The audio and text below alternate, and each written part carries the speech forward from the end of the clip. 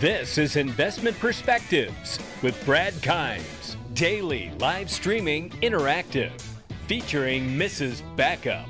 Subscribe, hit the notification, smash the likes. Now, here's Backup Brad Kimes. Come on in. Welcome back, everybody out there in the XRP community. Thanks for coming back to Investment Perspectives. I'm Bradley Kimes, and you can follow me on Twitter at Backup Bradley and see all this information we're going to talk about here today. Let's get into this. Things are happening every single day, and it's really, really exciting. Okay, the SEC Commissioner Hester Peirce proposes 3-year safe harbor period for crypto token sales. Wow. Guys, we have been saying clarity, regulations, and clarity for a long time. This looks exactly like the kind of clarity that we're looking to get right here. Let's get down into this. It's not a terribly long read. So here we go. SEC, let me open this up so you guys can see this too. So here we go. SEC Commissioner Hester Peirce says, wants to give legitimate crypto projects a shot at success without running afoul of U.S. securities law. 2-year official at the Securities and Exchange Commission, nicknamed Crypto Mom by the blockchain community, has formally proposed a safe harbor for token projects. It would give them some breathing room to develop their networks and communities before having to worry about the regulatory regime. Under Peirce's proposal, unveiled during a speech at the International Blockchain Congress in Chicago Thursday, crypto startups would have a 3-year grace period from their first token sale to achieve a level of decentralization sufficient to pass through the agency's securities evaluations, including the Howey test, the famous U.S. Supreme Court assessment. To date, the SEC has brought forth enforcement actions against a number of companies that created and sold tokens, including Telegram and Kik, 2 major messaging platforms. The analysis of whether a token is offered or sold as a security is not static and does not strictly adhere to the digital asset, according to notes detailing the proposal. In other words, some tokens may appear to have the qualities of a security at launch, but mature to the point where it no longer appears to be one. Ether, the native token of the Ethereum blockchain, may be one such example. SEC Director of Corporation Finance William Hinman, speaking on his own behalf and not the agency's in June 2018, said Ether by that point did not appear to be a security. SEC Chairman Jay Clayton later appeared to endorse this view, writing that digital assets could at some point no longer be investment contracts. Though he did not mention Ether specifically, notably, Hinman suggested Ether may have begun its life as a security, but its network evolved in subsequent years. A similar transition was also seen with EOS. The SEC settled charges with the company last year, saying the original ERC20 EOS token was a security, but the project's final EOS token was not. Holders migrated from the ERC20 token to a native version after the network was fully built out.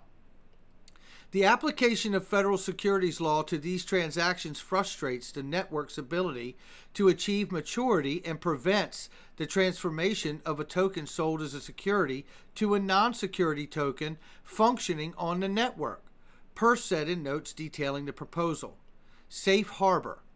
Peirce has floated the idea of a safe harbor in the past, but Thursday's proposal is the first formal attempt to make it a reality. If adopted by the majority of the SEC's other commissioners, it would create a strict set of requirements for the crypto projects to raise funds through a token sale, including requiring personal disclosures, code disclosures, public notices, and a number of other factors. The safe harbor is also designed to protect token purchasers by requiring disclosures tailored to the needs of the purchasers and preserving the application of the anti-fraud provisions of the federal securities laws, according to Peirce's notes. Specifically, the proposal defines an initial development team which will manage the network's development over its first 3 years, and network maturity, referring to a network that is not controlled and is not reasonably likely to be controlled by a single entity or individual, but is operational. The development team should disclose the names, relevant experience, qualification, attributes, or skills of each member, as well as how many tokens each member holds and how many they earn through founders, rewards, or similar programs. The definition of network maturity is intended to provide clarity as to when a token transaction should no longer be considered a security transaction, but, as always, the analysis will require an evaluation of the particular facts and circumstances the proposal states.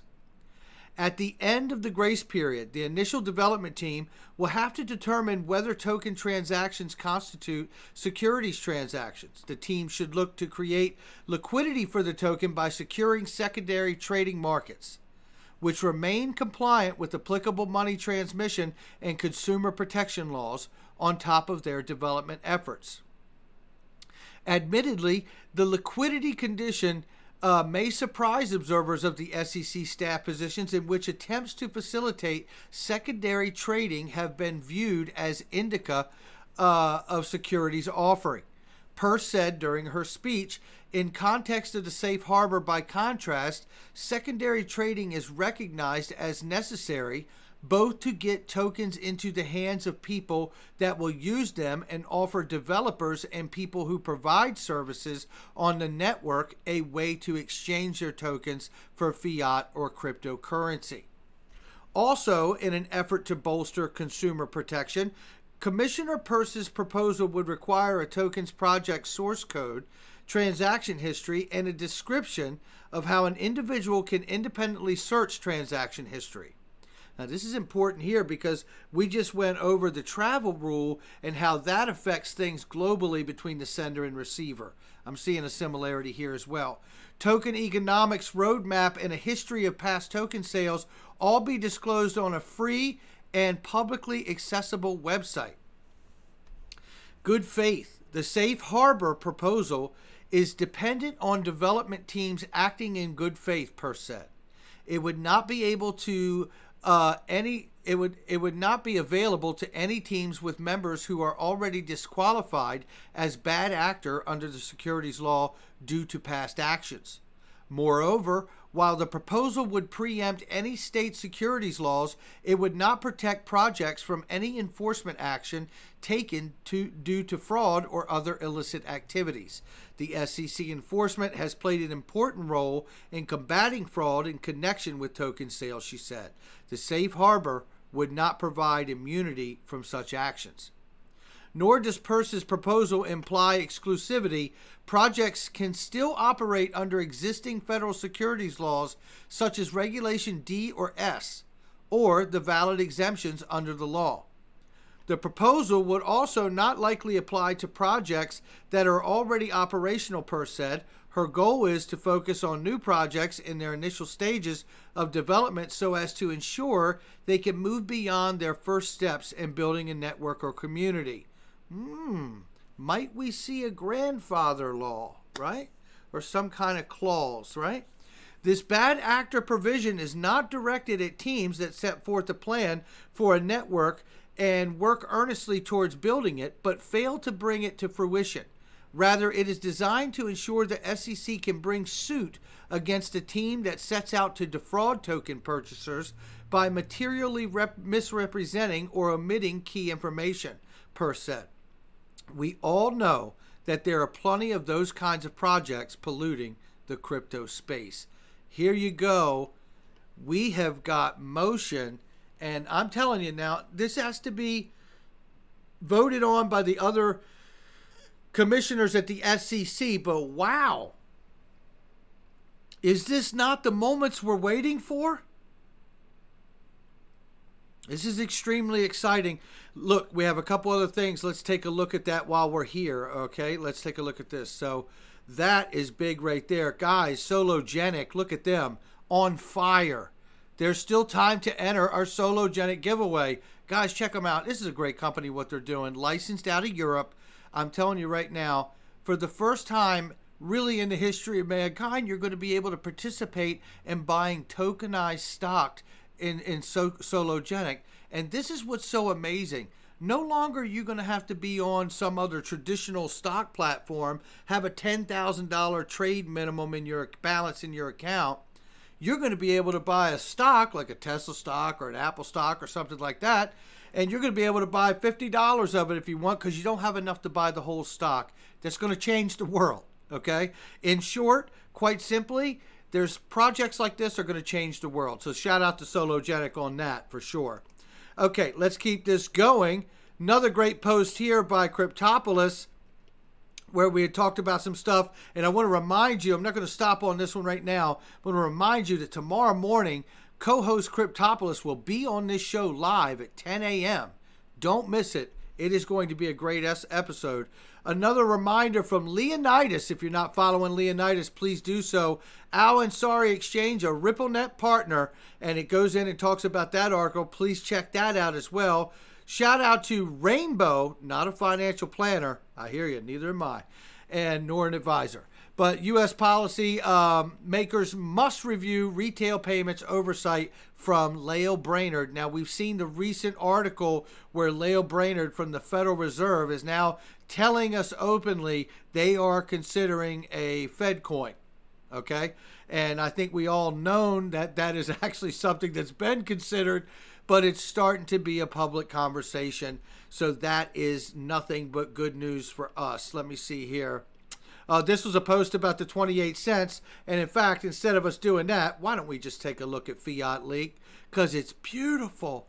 Yeah, 28 cents. We're up 1.3% today. But I'll tell you what, I remember not too long ago, we were at 18 cents. Yep. This is great news. I love seeing this. I got to tell you, rolling into 2020, this has really become a bullish year right out of the gate. And I don't mean just for XRP and the motion of price. I mean for the entire crypto space. We're talking about regulatory clarity. We're talking about international sense of agreement, where we have a global digital currency consortium formed out of the World Economic Forum, where they submitted and passed around a draft of the blockchain Bill of Rights. Oh yeah, we got things coming. This seems like it's shaping up to be one hell of a year for all of us. Guys, I just want to tell you that, you know, as we move into this year, the further we get into this, the things that we are seeing, honestly, to me, it's just becoming more and more obvious that this is headed to a fantastic place. And real quick, before we wrap this up, you want to see this too. This just adds to the momentum of the entire space. Polysign, team public outing tonight at Harvard. Okay? This will be a game changer company, and focus is huge. And it really is. And tonight they're going to focus on women in crypto. And I'm glad, because there needs to be some more women in crypto. We could certainly use that perspective. No doubt about it. So we're going to have Anna Tong, which is the Vice President of Product Development, looks like, at Polysign. We're going to have Antoinette O'Gorman, is Polysign Chief Compliance Officer. Anna Carroll, which is Dharma Labs. Okay, that's fantastic. Product Engineer. And Emi Yoshikawa from Ripple, Senior Director. What a fantastic panel is that going to be, as it's my understanding from a comment that I saw from Emi Yoshikawa, it does not appear that it will be a live event. So hopefully there will be some video that I hope will be able to release for all of us to be able to see once that event is finished. We don't know, but I hope so. And if not, hopefully they'll have someone there from press to maybe report it and then give us some more details or information from that. All right, guys, that's going to do it for me. Make sure you hit the like and subscribe. Leave a comment below, and let's keep this thing going. I'll see you on the next one.